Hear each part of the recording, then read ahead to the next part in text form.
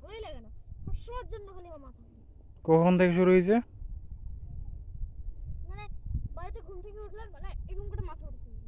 বাপরে বাপ, তাহলে শোয়ার সমস্যা ছিল তোমাদের? উঠাইতেই পারি না মাথাটা, মানে কিরকম ভারী হয়ে আছে, ঘুম হয়নি? উঠাইতেই পারি না। ঘুম নিচে থেকে তো ভাঙবে, কেউ তো ডাকেই না।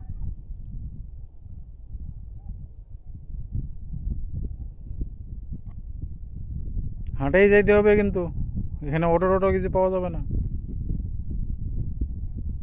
তুমি তো স্কুল কলেজ করে যাও দুজন করে দুটো হাতে